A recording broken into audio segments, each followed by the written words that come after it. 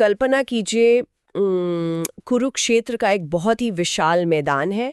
दोनों तरफ लाखों सैनिक अपने हथियार ताने खड़े हैं। शंख बज चुके हैं और खून खौल रहा है दोनों तरफ। बिल्कुल। हवा में एक ऐसा तनाव है जिसे आप सच में महसूस कर सकते हैं, छू सकते हैं। मृत्यु सामने नाच रही है। सही बात है। और ठीक उस भयानक शोर और आपाधापी के बीच में ब्रह्मांड का रचयिता, जो एक सारथी के रूप में वहां बैठा है, वो अचानक अपने मित्र को अपनी असीमित शक्तियों, अपनी उपलब्धियों और अपने अनगिनत रूपों की एक बहुत लंबी सूची सुनाने लगता है। मतलब पहली नजर में तो ये दृश्य बहुत ही अजीब लगता है ना? जैसे कोई इतने भयानक संकट के बीच अपना परिचय पत्र या कह लीजिए अपना बायोडेटा पढ़कर सुना रहा हो। इस डीप डाइव में आज हम इसी विषय पर चर्चा करने वाले हैं। वो एक मशहूर पंक्ति है ना कि पूरी धरा भी अगर साथ दे तो कुछ और बात है, तू जरा भी अगर साथ दे तो कुछ और बात है। बहुत ही खूबसूरत पंक्ति है ये। शुक्रिया। तो हमारी आज की इस गहन चर्चा का विषय है श्रीमद् भगवद गीता का अध्याय 10, जिसे विभूति योग भी कहा जाता है। और हमारा मिशन ये समझना है कि विभिन्न आध्यात्मिक स्रोतों, कथाओं और विशेषज्ञों के व्याख्यानों के आधार पर ये बायोडेटा वाली बात आखिर क्यों हो रही है। हाँ, और ये जानना भी बहुत दिलचस्प होगा कि आधुनिक युग में जब हम सूचनाओं के बोझ तले दबे हुए हैं तो इससे हम क्या सीख सकते हैं। बिल्कुल। तो चलिए इसे थोड़ा खोल कर समझते हैं। आज हमारे सामने कोई कुरुक्षेत्र का मैदान तो नहीं है, लेकिन हम सभी के दिमाग के भीतर एक युद्ध चली रहा है। सच में हर दिन एक नया युद्ध है। सुबह उठने से लेकर रात को सोने तक हमारे ऊपर सूचनाओं का, अनावश्यक जानकारियों का एक ऐसा आंधड़ चलता है जिसने हमारी एकाग्रता को पूरी तरह छिन्न भिन्न कर दिया है। हाँ, हम हजारों चीजों के बीच भटके हुए हैं। तो आज हम ये समझने की कोशिश करेंगे कि हजारों साल पहले युद्ध के मैदान में दिया गया ये ज्ञान कैसे आज के इस सूचनाओं के अंबार से हमारे दिमाग को सुरक्षित रखने का सबसे सटीक तरीका हो सकता है। देखिए, इस अध्याय की गहराई में उतरने से पहले एक बुनियादी उलझन को सुलझाना बहुत जरूरी है। हम बार बार परम सत्ता, परम चेतना या भगवान शब्द का इस्तेमाल करते हैं। हाँ, हम सभी करते हैं। लेकिन हम वास्तव में किस सत्ता की बात कर रहे हैं? विष्णु पुराण में पराशर मुनि ने इसकी बहुत ही वैज्ञानिक और सटीक परिभाषा दी है। अच्छा, पराशर मुनि ने क्या कहा है? उनके अनुसार जिसके पास 6 ऐश्वर्य हैं, संपूर्ण धन, संपूर्ण शक्ति, संपूर्ण यश, संपूर्ण सौंदर्य, संपूर्ण ज्ञान और संपूर्ण वैराग्य, मतलब ये 6 की 6 चीजें। बिल्कुल, और वो भी एक साथ और असीमित मात्रा में मौजूद हों, वही उस परम पद पर है या भगवान है। यहाँ मुझे थोड़ा उलझाव महसूस होता है। जब हम संपूर्ण और असीमित कहते हैं तो हमारी बुद्धि इसे स्वीकार करने में इतना संघर्ष क्यों करती है? एक बहुत ही महत्वपूर्ण प्रश्न खड़ा करता है। मेरा मतलब है, आज के समय में हम ब्लैक होल की तस्वीरें ले रहे हैं, क्वांटम फिजिक्स के जरिए ब्रह्मांड के रहस्य खोल रहे हैं, फिर भी ये असीमित सत्ता हमारे समझ के बाहर क्यों रह जाती है? क्योंकि हमारी जो जानने की मशीनरी है ना, यानी हमारा मस्तिष्क, वो खुद बहुत सीमित है। हम कारण और परिणाम की दुनिया में रहते हैं। इसे हम एक उपमा से समझ सकते हैं। हाँ, बताइए। मान लीजिए एक बहुत ही जटिल कंप्यूटर गेम है। अब उस गेम के भीतर का एक चरित्र, जिसे हम कोडेड कैरेक्टर कह सकते हैं, क्या वो गेम के भीतर रहते हुए उस इंसान को समझ सकता है जिसने उसे कोड किया है? बिल्कुल नहीं, क्योंकि उस चरित्र की पूरी दुनिया, उसके सोचने के नियम और उसकी सीमाएं उसी कोड के भीतर लिखी गई हैं। एकदम सही। वह अपनी प्रोग्रामिंग से बाहर जाकर प्रोग्रामर का विश्लेषण तो कर नहीं सकता। ठीक यही स्थिति हमारी है। मतलब हम परिणाम है और वो कारण है। जैसे कोई छोटा बच्चा अपने पिता पर रिसर्च करके यह जानना चाहे कि उसके पिता वास्तव में कौन है। बहुत अच्छी उपमा दिया आपने। या फिर स्रोतों में दी गई सूर्य और प्रकाश की बात ले लीजिए। जी। प्रकाश सूर्य से निकलता है, पर तीसरे दिन गांव वालों ने तय किया कि आधे लोग कहेंगे हाँ और आधे कहेंगे नहीं। तो साधु ने कहा कि जो जानते हैं वो उन्हें बता दें, जो नहीं जानते, और वो फिर से चले गए। ये तो सच में बहुत ही कमाल की कहानी है। इस कहानी का सार यही है कि बिना सही ज्ञान के मनुष्य अपनी सुविधा के अनुसार अपनी श्रद्धा बदलता रहता है। इसीलिए सही ज्ञान का होना बहुत आवश्यक है। तो अगर हम उस गेम के भीतर के एक सीमित चरित्र हैं जो अपने निर्माता को अपनी बुद्धि से नहीं डिकोड कर सकता, तो फिर उपाय क्या है? क्या हम बस हाथ पर हाथ रखकर बैठ जाएं? नहीं, बिल्कुल नहीं। यहीं से गीता के अध्याय 10 का वो हिस्सा शुरू होता है जिसे चतुश्लोकी गीता कहते हैं। श्लोक 8 से 11 है ना? मुझे ये एक तरह का मास्टर पासवर्ड या उस गेम से बाहर झांकने का सूत्र लगता है। आप इसे एक प्रक्रिया या एक तरह का एल्गोरिथम कह सकते हैं। ये बहुत ही स्पष्ट मार्ग है। इन 4 श्लोकों में बताया गया है कि जब व्यक्ति यह स्वीकार कर लेता है कि सब कुछ उसी एक मूल स्रोत से निकल रहा है, तो उसका अगला कदम क्या होना चाहिए? तो अगला कदम क्या है? वह उस परम सत्ता के साथ एक भावनात्मक संबंध बनाता है।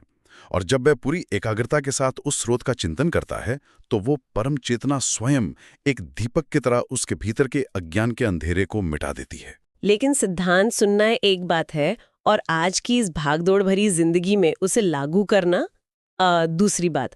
अगर किसी को सच में अपनी इस बिखरी हुई चेतना को समेटना हो, तो व्यवहारिक तरीका क्या है? इसके लिए स्रोतों में एक बहुत ही शानदार प्रक्रिया का जिक्र किया गया है। वो ABCD formula, association, books, chanting और डाइट। बिल्कुल सही। पहला स्तंभ है अच्छी संगति। उन लोगों के साथ उठना बैठना जो खुद उस शांति और एकाग्रता की तलाश में हैं। दूसरा है स्वाध्याय, यानी सही ग्रंथों का अध्ययन, ताकि दिमाग में कचरा ना जाए। हाँ। तीसरा है ध्यान या सुमरन, और चौथा है सात्विक आहार, क्योंकि हम जो खाते हैं उसका सीधा असर हमारे मन की चंचलता पर पड़ता है। और जब कोई इन 4 स्तंभों के सहारे ध्यान की गहराइयों में उतरता है, तो उसके भीतर क्या परिवर्तन होते हैं, इसका बहुत ही सूक्ष्म विश्लेषण स्वामी अड़गड़ानंद जी के यथार्थ गीता के माध्यम से श्रोतों में उभर कर आता है। सही कहा। जब बाहरी दुनिया का शोर कटना शुरू होता है, तो परमात्मा की ओर से 4 स्तरों के अनुभव प्राप्त होते हैं। और ये 4 स्तर मुझे तो व्यक्तिगत रूप से किसी विज्ञान कथा से कम रोमांचक नहीं लगे। इसकी शुरुआत शरीर से होती है। पहला स्तर है स्थूल सुर। जब कोई ध्यान में गहरा उतरता है, तो उसके शारीरिक अंगों में एक तरह का स्पंदन या फड़कन होने लगता है। मतलब कोई साधारण मांसपेशियों का खिंचाव नहीं।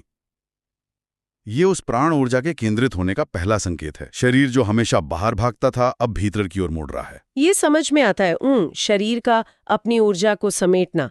लेकिन जो दूसरा स्तर है स्वप्न सुर, वहां मुझे थोड़ा संदेह है। ऐसा क्यों? स्रोतों में कहा गया है कि इस अवस्था में सपने महज इच्छाएं नहीं रहते, बल्कि वे निर्देश या भविष्य की घटनाएं बन जाते हैं। क्या ये थोड़ा अंधविश्वास की तरफ नहीं जा रहा? सपने हकीकत कैसे बन सकते हैं? ये सवाल उठना स्वाभाविक है, लेकिन इसे चेतना के विज्ञान के रूप में देखिए। हमारे सामान्य सपने हमारे ही दिमाग का कचरा होते हैं, हमारी अधूरी इच्छाएं और डर। बिल्कुल। लेकिन जब ध्यान के जरिए वो कचरा साफ हो जाता है, दिमाग पूरी तरह शांत हो जाता है, तब वो ब्रह्मांडीय चेतना के साथ एक ही फ्रीक्वेंसी पर आ जाता है।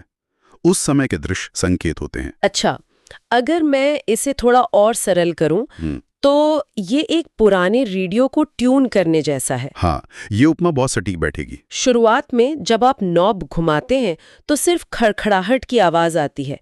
ये हमारा पहला स्थूल सुर है, जहां शरीर संघर्ष कर रहा है। बिल्कुल। फिर आप थोड़ा और घुमाते हैं, तो दूर से आती हुई कुछ टूटती बिखरती आवाजें सुनाई देती हैं, कुछ स्पष्ट और कुछ अस्पष्ट। ये स्वप्न सुर है, जहां संकेत तो मिल रहे हैं, लेकिन अभी स्पष्टता नहीं है। एकदम सही पकड़ा आपने।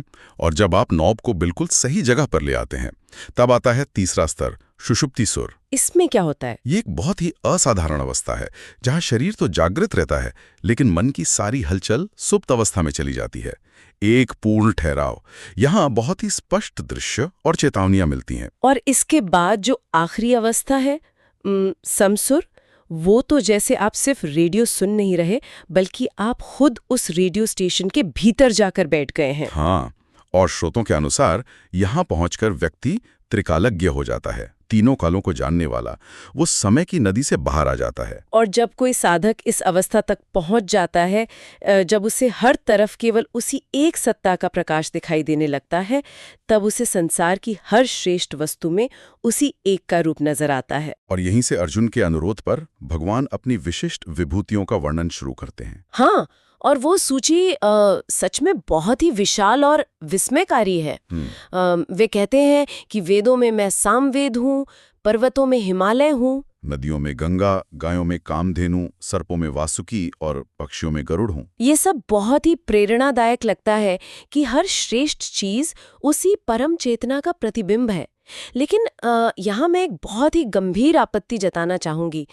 इस सूची को पढ़ते हुए एक जगह आकर मेरी गाड़ी अटक जाती है। अच्छा, किस जगह पर? इसी सूची में आगे चढ़कर भगवान एक श्लोक में कहते हैं कि छल करने वालों में मैं जुआ हूँ। हाँ, द्यूत या गैम्बलिंग। रुकिए, जुआ मतलब जुआ कैसे?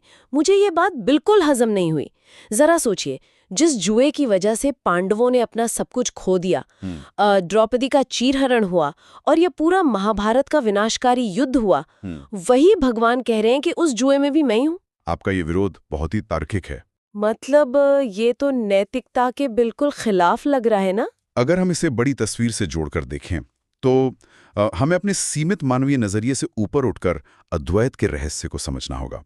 हमारी दुनिया में हम चीजों को अच्छे और बुरे के खानों में बांट देते हैं। हाँ, ब्लैक एंड व्हाइट। लेकिन ब्रह्मांडीय स्तर पर ऊर्जा का केवल एक ही स्रोत है। कोई दूसरा समानांतर शैतानी स्रोत नहीं है जो बुरी चीजों का निर्माण करता हो। तो क्या आप ये कह रहे हैं कि छल और कपट की ऊर्जा भी वहीं से आ रही है? देखिए, हमें ऊर्जा के स्वरूप और उसके मानवीय उपयोग में अंतर करना होगा। इस संसार में जो कुछ भी अत्यंत प्रखर है, जो अपनी चरम सीमा पर है, चाहे वो विनाशकारी ही क्यों न लगे, उसकी मूल तीव्रता उसी एक स्रोत से आती है। मैं समझने की कोशिश कर रही हूँ। जुए में एक ऐसा चरम आकर्षण है, एक ऐसी बुद्धि को जकड़ लेने वाली असीमित ऊर्जा है जो इंसान को सब कुछ भूलने पर मजबूर कर देती है। वह जो असीम शक्ति है, वह भगवान की ही विभूति है। बाप रे, ये नजरिया तो ये पूरी तरह से मेरे सोचने के तरीके को पलट रहा है। मतलब चाकू का जो तीखापन है, जो उसकी ऊर्जा है, वो परम सत्ता है। बिल्कुल। अब एक इंसान उस चाकू से सब्जी काटता है या किसी का गला रेतता है, ये उस इंसान के कर्म और उसकी स्वतंत्र इच्छा पर निर्भर करता है। भगवान उस तीखेपन के स्रोत हैं, न कि उस मानवीय कृत्य के। बहुत ही सटीक उदाहरण दिया आपने। संसार में जो भी चीज अपने आप में संपूर्ण और चरम है, वो उसी का अंश है। और इसी 10वें अध्याय में भगवान एक बहुत बड़ा आश्वासन देते हैं। वो क्या है? वे कहते हैं कि जो पूरी एकाग्रता के साथ मुझ में रम जाता है, मैं उसकी सारी चिंताएं हर लेता हूँ, उसका योग क्षेम वहन करता हूँ। और स्रोतों में इसे सिद्ध करने के लिए संत नरसिंह मेहता की एक अत्यंत भावुक कथा का उल्लेख है। अरे हाँ, नरसिंह मेहता की कहानी। ये कहानी आज के उस इंसान के लिए एक बहुत बड़ा सबक है जो हर चीज को अपने नियंत्रण में रखने की कोशिश में पागल हुआ जा रहा है। बिल्कुल। नरसिंह मेहता की बेटी की शादी तय हो जाती है, लेकिन घर में घोर दरिद्रता है। शादी का प्रबंध करने के लिए उनके पास एक कौड़ी भी नहीं है। उनकी पत्नी उन पर दबाव डालती है कि जाओ, लोगों से मिलो, धन की व्यवस्था करो। नरसिंह मेहता घर से तो पैसे का प्रबंध करने निकलते हैं, लेकिन रास्ते में एक गांव में भागवत कथा चल रही होती है, 7 दिनों का भागवत सप्ताह। और यहाँ वो होता है जिसे हम आधुनिक भाषा में सुपर फोकस कह सकते हैं। नरसिंह मेहता उस कथा में ऐसे डूबते हैं कि उन्हें दुनिया की कोई सुध ही नहीं रहती। वो पूरे 7 दिन तक लगातार कथा सुनते रह जाते हैं। और जब 7 दिन बाद कथा समाप्त होती है, तब उन्हें अचानक वास्तविकता का भान होता है। अरे, मेरी तो बेटी की शादी थी। और वो तारीख तो 3 दिन पहले ही बीत चुकी होती है। जरा उस पिता की मानसिक स्थिति की कल्पना कीजिए। एक तरफ बेटी की शादी का दबाव और दूसरी तरफ समाज की इज्जत और पत्नी का गुस्सा। आधुनिक मनोविज्ञान तो कहेगा कि उन्हें पैनिक अटैक आ जाना चाहिए था। वो घबराते हुए ही अपने गांव लौटते हैं। उन्हें लगता है कि घर पर आज खोराम मचा होगा। फिर क्या हुआ? लेकिन जब वो गांव पहुंचते हैं तो लोग उन्हें आदर से प्रणाम कर रहे होते हैं। घर पहुंचते हैं तो पत्नी अत्यंत प्रसन्न है और कहती है कि आपने तो कमाल कर दिया। ऐसी भव्य शादी तो पूरे इलाके में किसी ने नहीं देखी। नरसिंह मेहता तो पूरी तरह सुन रह गए होंगे। बिल्कुल। वो पूछते हैं, शादी करवाई किसने?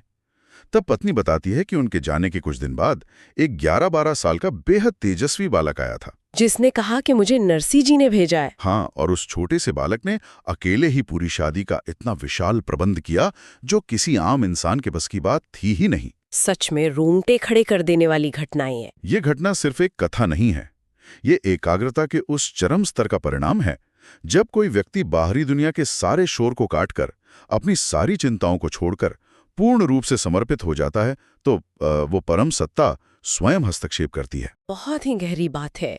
लेकिन अब हमें इस पूरी चर्चा को आज की हमारी सबसे बड़ी समस्या के साथ जोड़ना होगा। हमने भगवान की परिभाषा समझी, अद्वैत को समझा और नरसिंह मेहता की पूर्ण एकाग्रता को भी समझा। बिल्कुल। लेकिन आज का इंसान जो हर सुबह उठते ही अपने फोन पर राजनीति, अंतर्राष्ट्रीय खबरें और न जाने कितनी तरह की सूचनाओं के हमले झेलता है, उसके लिए इस विभूति योग का क्या महत्व है? तो इस सब का आखिर मतलब क्या है? यही इस पूरे अध्याय का सबसे बड़ा निष्कर्ष है। जब अध्याय के अंत की ओर भगवान अपनी इतनी सारी शक्तियों का वर्णन कर चुके होते हैं तो अर्जुन और जानने की इच्छा जताते हैं। अर्जुन की जिज्ञासा खत्म ही नहीं हो रही थी। हाँ, और यहीं पे गीता का 42वां श्लोक आता है। भगवान अर्जुन को बीच में ही रोकते हैं और कहते हैं, हे अर्जुन, तुम्हें इतने विस्तार से ये सब जानने की क्या आवश्यकता है? मैंने संपूर्ण ब्रह्मांड को अपने एक अंश मात्र से धारण किया हुआ है। वाओ, ये एक बहुत ही जबरदस्त और सब कुछ शांत कर देने वाला क्षण है। मतलब भगवान अर्जुन को कह रहे हैं कि सब कुछ जानने की कोशिश मत करो। बिल्कुल। और आज के संदर्भ में ये सबसे बड़ा सबक है। इंटरनेट पर अनंत जानकारी मौजूद है। हर पल कोई ना कोई नया विवाद, कोई नया आंकड़ा हमारे सामने परोसा जा रहा है। और हमारे भीतर एक डर बैठ गया है जिसे हम फियर ऑफ मिसिंग आउट या फोमो कहते हैं। हाँ, हमें लगता है कि अगर हमें हर चीज की जानकारी नहीं होगी तो हम पीछे रह जाएंगे। और इसी चक्कर में हम अपनी सबसे कीमती चीज गवा बैठते हैं, हमारा फोकस, हमारी मानसिक ऊर्जा। 10वें अध्याय की सबसे बड़ी और व्यवहारिक सीख यही है कि हमें इस ब्रह्मांड की हर चीज का ज्ञान होने की कोई आवश्यकता नहीं है। सारांश यही है कि एक इंसान के लिए ये जानना तो जरूरी है कि उसे क्या जानना है, लेकिन आज के समय में उससे कहीं ज्यादा जरूरी ये सीखना है कि उसे क्या नहीं जानना है। एकदम सही। हमारी ऊर्जा, हमारा समय बहुत सीमित है।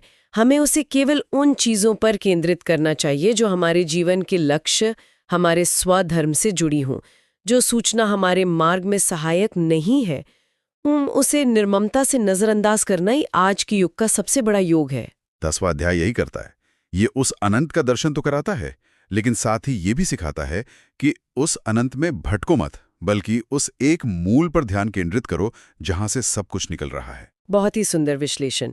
इस पूरी चर्चा को अगर समेटें तो गीता का ये 10वां अध्याय केवल भगवान की चमत्कारिक शक्तियों की कोई सूची नहीं है। ये एकाग्रता की कला है। ये जानने की कला है कि इस शोर शराबे वाली दुनिया में क्या अनदेखा करना है। सही कहा।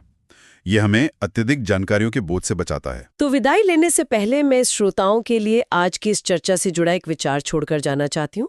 हमने आज गहराई से जाना कि संसार में जो भी असाधारण है उसमें उसी परम शक्ति का अंश है। बिल्कुल। तो जरा सोचिए, क्या हम इंसानों के भीतर हर दिन कुछ नया सीखने की, इस ब्रह्मांड के रहस्यों को जानने की जो ये अदम्य जिज्ञासा है, जो ये भूख है, क्या वो भी उसी परम चेतना का एक छोटा सा अंश नहीं है जो खुद को ही और गहराई से समझने का प्रयास कर रहा है? बहुत ही गहरा विचार है ये। इस विचार पर जरूर सोचिएगा। आज की इस शानदार और ज्ञानवर्धक चर्चा में हमारे साथ जुड़ने के लिए बहुत बहुत धन्यवाद। मिलते हैं अगली बार एक नए विषय और एक नई गहराई के साथ।